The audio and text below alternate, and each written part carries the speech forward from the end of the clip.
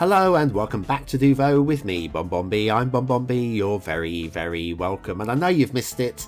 I have had deluges of people, well, maybe 5 or 6, saying, when's Deauveau coming back? We really miss it. So today we're going to start building, because the last episode was just an apology and letting you know what the problems were. We are now more or less problem free. It's going to be a crazy busy week this next week for me in terms of real life day job work, and I will endeavour to get a Deauveau out for next week as well, but there won't be a Deauveau and a tutorial or anything else. It'll just be a Deauveau. So anyways, just going to extend this housing estate that we've been working on, expanding out. This is part of Emberton, with all these Muck Welshman houses, suburban houses, semi-detached houses that we have along here. And I'll talk more about the layout, the street design a little bit later on in today's show. But first of all, I want to just warble on about vanilla. Yeah, we're not doing a vanilla build here, we are doing a custom build. But vanilla, the flavouring. Or more specifically, if I said to you, what colour is vanilla? You might say white, or very pale yellow maybe, but probably white. Yeah, vanilla ice cream, what colour is vanilla ice cream? It's white or pale yellow. But why? Why is it pale yellow when the vanilla plants or vanilla roots that they use are brown?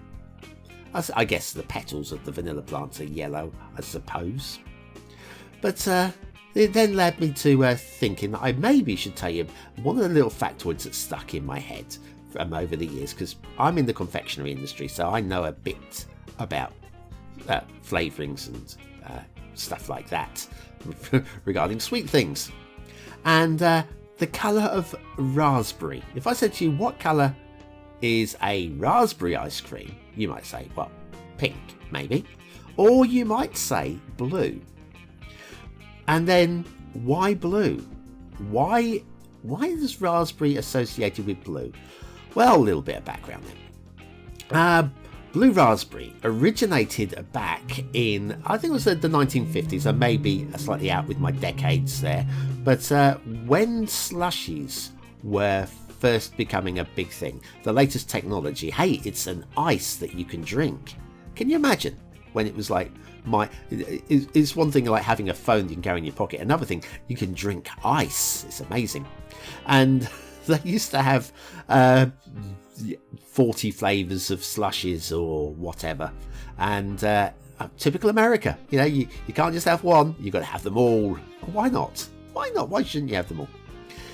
So anyways, suddenly you had all of the flavourings, and all the colours were basically red, green, or possibly yellow, like banana would be yellow. But then somebody invented a non-poisonous blue food colouring. Now, what slushies would they be doing in blue? Well, the obvious choice would be blueberry. But blueberry was a very slow seller, and they had access to loads and loads of blue food colouring, so they need to choose a slightly faster selling seller one to go alongside it as well. Now, there's always confusion between strawberries and raspberries because they taste similar. In fact, I did read a little factoid once that if you pinch your nose while eating a strawberry or something strawberry flavour, you can't tell whether it's strawberry or raspberry. The difference in the flavour between strawberries and raspberry is in the smell rather than in the taste, which is the flavour. So they decided to go with raspberry to differentiate it from strawberry a little bit more, and raspberry went from being an also-ran flavour, an okay seller, to the faster seller, i.e. it outsold all of the others put together. I might be making that last little factoid up, but I do believe I remember reading that it went to becoming the top seller, faster seller than everything put together.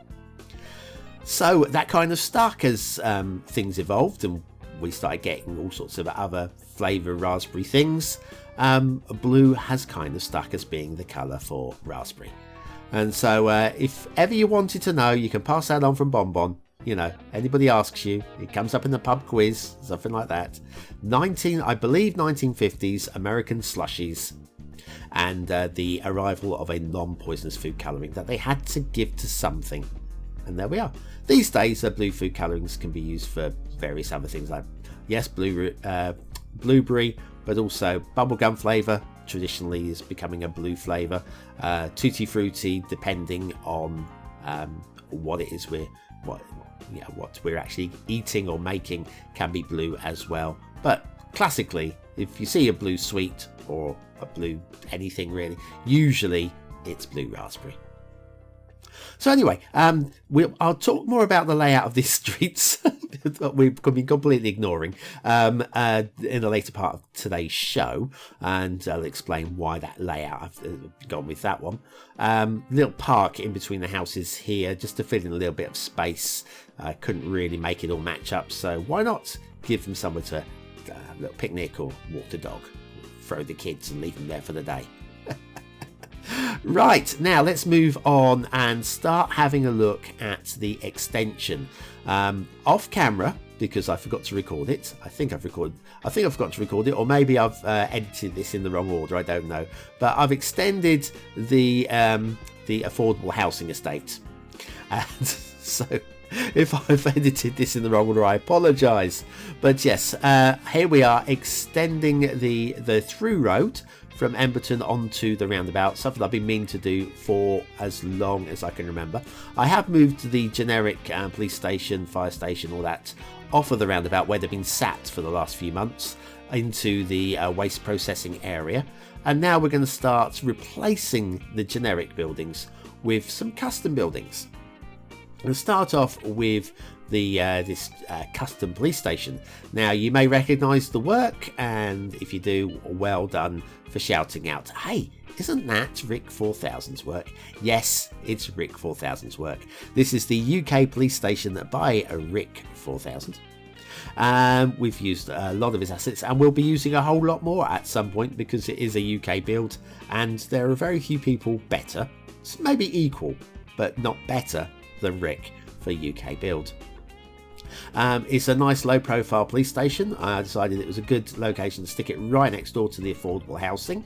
I'm not besmirching people that live in affordable housing, but usually they are less well to do than people that live in mansions, and therefore possibly crime might be a little bit higher by definition. And therefore having the police station right next door might make some sort of sense. I'm not besmirching you if you live in affordable housing, by the way. Trust me, I grew up in a what in the UK we call a council estate, and so yes, I know I didn't go breaking into people's houses. It's just an overview of how society might perceive people that live in social housing. That's what you call it in America, isn't it? Social housing, I believe. Yes, so there we are. I've extended this area here with proper asphalt to enable me to do a little prop car park. Now, these assets here, I've decided, I know doesn't quite match up with our police cars here, but I really like them, so I don't care. It's the Houston Police Prop Pack by, now, can you ever guess who might do a prop pack of police cars? And the answer is ninjanoobslayer. Yes, you probably worked that one out without my help. ninjanooobslayer's work, and they are amazing. And there's a whole set of them. You can see me put down pretty much all of them in a moment. I'm just going to try and get these yellow lines. That looks a lot better there, like that. So yes, let's have a look at some. I was going to put down some parking bays as well, and these can just plop in here on top. Hopefully vehicles won't come and use these, because we're going to have prop cars parked on top of them. It is a way back from the road, so we should be okay, I think. And what I'm going to do here, I'm going to put down some parking along the front here as well. But making the concrete, the pavement underneath up here was going to cause me a few problems. So in the end, I've actually filled it in with a pavement footpath. And that looks a lot better anyway. So yes, we have these police cars. I'm going to use the whole set. They've got a big mixture as well. and I think it just looks really, really good. Not they don't match the UK police cars that we're using, but I don't really mind that much because they look amazing. It's all just like, it's too good not to use. There we are. Put down a little bit of foliage as well, and I'm going to put a footpath around the back of the affordable housing estate that I built without showing you. I'm a bit worried I've edited this in the wrong order and you're going to see me building that estate in a minute. Darn it. I'm just looking at my files here. It says this was, I don't know, maybe I just didn't record it, I'm sorry. Just going to plop down a couple of prop cars into the car park here as well, because I'm not entirely convinced that vehicles are going to use that parking area, because it is not connected as such to the road. So we will see. Just tighten up the brick wall around the police station, and looks good. Now we're going to do a little bit of extension into this area here. Now this it's not finished. It's a work in progress, okay? A work in progress. I will come back and I'll fill things in with a little bit of help and advice from you guys, of course. So first of all, I'm going to drop in the props I'm going to be using in this area, first of all. Move it just to get them in the rough locations, very, very approximate locations. And one of those as well. So yeah, I wanted to fade out from the residential and have something not too heavy between here and the waste collection areas. So let's start off. What we're looking at here, this is the Italian outdoor cinema by CRISGAMES. Like a drive-in. I'm just trying to get the trees switched over at the end here. Funnily enough, I was switching the trees over, and the vanilla ones, the light green ones, they just wouldn't change no matter what I did. I don't know what I was doing wrong. In the end, I just took the vanilla ones out completely, and I'll just place them by hand. Right next door to that, though, we have the old large bus depot by Avania, because we're going to need some transportation. And bus routes are going to come in because it's not a huge island. So bus routes, I am thinking about using trams in a limited capacity. But bus routes are definitely going to come in because we've got the school. It'd be good to have like a school bus. It'll take some of the traffic off of our roads as well by having that. So yeah, just trying to get the layout, or the approximate layout of all the buildings, and then we'll connect the roads up around them.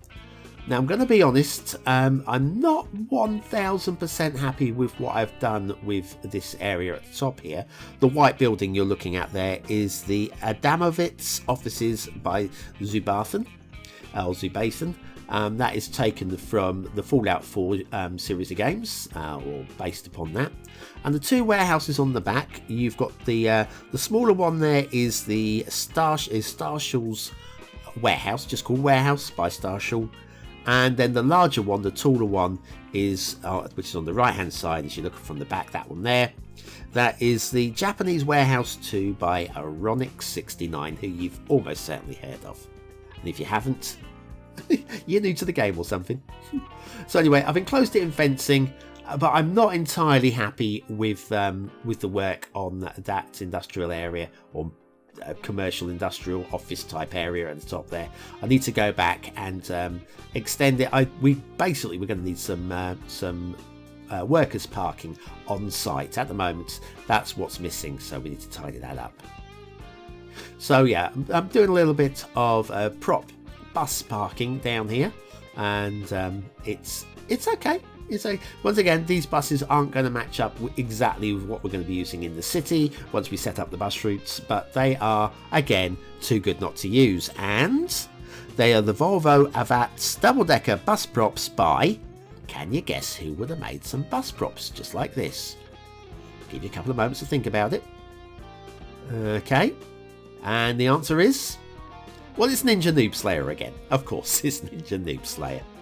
There are many people who do vehicles better than Ninja. There are people that maybe are equal but not better, and those yellow lines aren't bright enough. So we'll just stick with these ones. They look much snappier.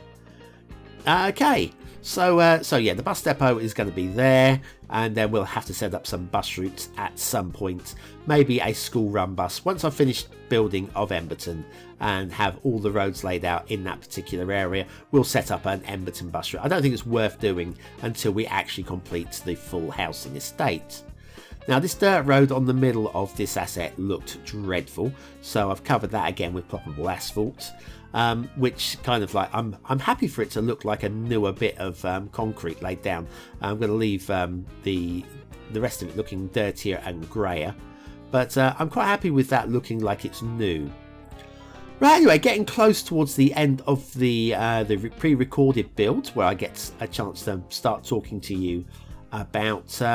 and this is the next section is recorded as live, so if I'm umming and ahhing and staggering my way through it, I apologise. But as for this pre-recorded voiceover section, it's going to be over in just a few moments. So I'm going to pass you over to a slightly younger BonBon. Nice chatting with you.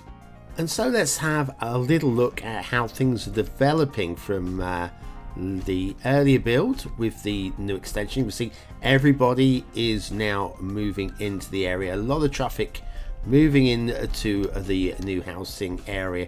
All this traffic moving down here, and a lot of them was turning off, going up. There we go. So you can see they're all moving in, which is nice. You may also notice that, as tradition dictates, we've got a very dark area here, and we have indeed Emberton is on fire again. This is a lot caused because we have a lot of fauna and flora, or more flora than fauna, I guess, going on down the back alleys. I'm thinking maybe I'll ease off on the tree decorations, decals, not decals at all, the tree detailing down these back alleys, because of course the fire brigade can't get there. I don't really want to be having these fire watch points and helicopters having to come to put the fires out in the back passages. So I think we'll ease off on the tree detailing. The fire will be here in a minute. They've been coming along, putting them out progressively as we've been coming. You see it's all completely darkened, and they have been staying on top of the task, which is pretty cool. Not so cool if you're on fire, but if you know what I mean. Yes, there'll be more appliances coming. Here's another one coming up Broadway Pass right now. They should hopefully save the area. Now, I just want to show you a little bit of the layout to these new roads that are popped in. There's a reason. Okay, first of all, this is self-contained kind of area. We have only 3 entrances onto the roads. We have this one here, and this one over here. Now, there is a reason for this particular layout. For a start, let's have a look at this road here. This road here is going to be going up into the hills, and therefore become some kind of through road. Now, I don't want too much traffic shortcutting through this particular area, so what I've done is I've deliberately made it so that it's quicker to actually go all the way along to Broadway Pass to the crossroads here than it is to go in and around and through the neighbourhood.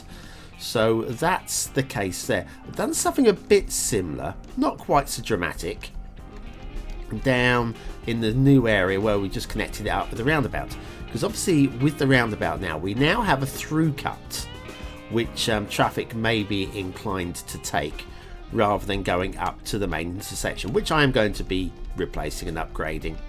That was the fun one I did for the map build, not something that I'm going to go with a more standard British style intersection here. And how I'm going to prevent a lot of traffic through cutting here will be through the having the highways, the main roads, the high speed main roads of a higher speed, so traffic will take the higher speeds, dropping the speed going through these neighbourhoods here to a 20 or possibly just a 30 coming through this kind of area here. So it will be quicker to take the highway straight main roads. But also, if we follow this road up and we follow it again, the quickest route through the area would be to come straight through the church. Well, no, there's a church there, deliberately blocked off the direct route. If we take a left, we come up this way here, Then you've got to take a right angle turn again to go right, which gets you back onto our road, onto Angel Road here, which we'll talk more about Angel Road in a moment. And there's no through cut through this area here at all. Similarly, if we come up this way, it forces you away before turning back in towards the actual town area. So it's a deliberate means to actually force the traffic to stay on the main road rather than shortcut. There'll be some traffic will cut through this way, and that's to be expected. But hopefully anything on the far side, maybe over, say, in this area here, if it wants to get down to the harbour area, well, it will hopefully stick to Broadway Pass and the main roads. How are you getting on with these fires, guys? You getting on all right? You doing okay? Pretty much. Don't move to Emberton. That's the answer. Right, so we're going to do some renaming, amongst other things. First of all, this road here, as I've already said, it's going to be called Angel Road. This last episode, which is about 300 years ago now, I did ask for some suggestions for names. Angel Road was suggested by Perty, or Perta. I'm thinking Perty's probably correct. So what will come down here, we'll just rename that one. Oh, I was in capitals. Sorry. Angel and Road. Guess who's typing live? That'll be me. So that is Angel Road right the way to the end. That works much better. Then this little housing estate here, which we've now extended, of course.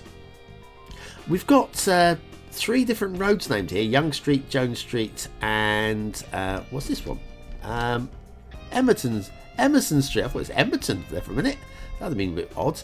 But yes, the name that I most liked about this one came from the kiosk man, who suggested the BonBonB. First of all, it applied itself to my humble my humble self, and it's nice to have the name Bon in there somewhere, and Bon for the win and all that. So I'm going to name this 3 ways. First of all, the main section here, which is going to be the, still can't type, BonBonB. And then this section here, which is slightly on the hill, I think. Okay, Young Street does cut down right the way through, but I'm just going to call this one the entire road. I'm going to call this the... Oh dear, sorry. Let's get rid of that. Sorry, I've got... capital P is assigned. Oh dear, oh me. I am all fingers and fingers today. Shall we try that again? Bam. Right. So, try that again. Capital P. Oh, come on, silly bonbon. Capital U, even. Double P E R. Oh, hell spells. Bon wins. How easy do you think that'd be to type? And then over here, see if I get my aged fingers to fix this one. Guess what this one's going to be called? That's right. The lower BonBonB. There we are. So those are the affordable housing estate is now called the BonBonB all throughout. Now we've got some other areas that are going to need naming for next week. So I'm asking now for your assistance here with, I've gone with Emberton Police Station for this. I think that's just an obvious name to go with there. And this is going to be Emberton Bus Depot, clearly. The cinema, the drive-in cinema. First of all, I'm not entirely sure if it's going to be used. Oh look, there are people there. Hey, hello people. So yes, the question is, what shall we call the cinema, the drive-in cinema? And yes, it's going to need expanding. Dear oh dear.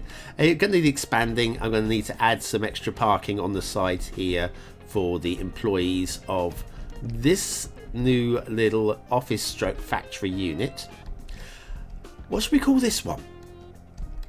I don't mind. I am completely open-minded on both of these, unlike with the BonBonB where I had a general idea what I would like it to have been called. that is completely your call. If there's anything else that we haven't named over here that you would like to get your name on, or a specific name on, do let me know. We've got a whole bunch of roads, like in this little nest of roads here. We've got pretty much all of these roads here, apart from the cul-de-sac there, which is Hope Place. All of these roads still need to be named as well, and I don't mind if you jump in and say, actually, yeah, that second left off of Broadway Pass, the one with the whatever at the end, I don't mind. Anything you want to get named this week is open season. How are we doing? Oh, just a little bit of fire left, just a little bit. I think they're saved. Well, we're going to head across to the cinematics now, and yeah, I'll hand you over straight over to me on the cinematics right now. Yes, it's older BonBon back. Thank you, younger BonBon, and thank you very much for watching, for commenting, for liking, and for subscribing, and for those people live on the Friday premiere show in the chat box. Thank you very much for interacting. It's the high point of my week, and it's really good to get immediate feedback from you guys. That's it for this week. That is very much it for this week. I'll leave you with the cinematics. Don't forget, there is a competition for an official Paradox radio station over on the official BonBonB fan page on Discord. I'll include a link to that in the description down below. Right, I've been BonBonB. You've been very, very welcome, and I'll see you very, very soon. Right, coffee time.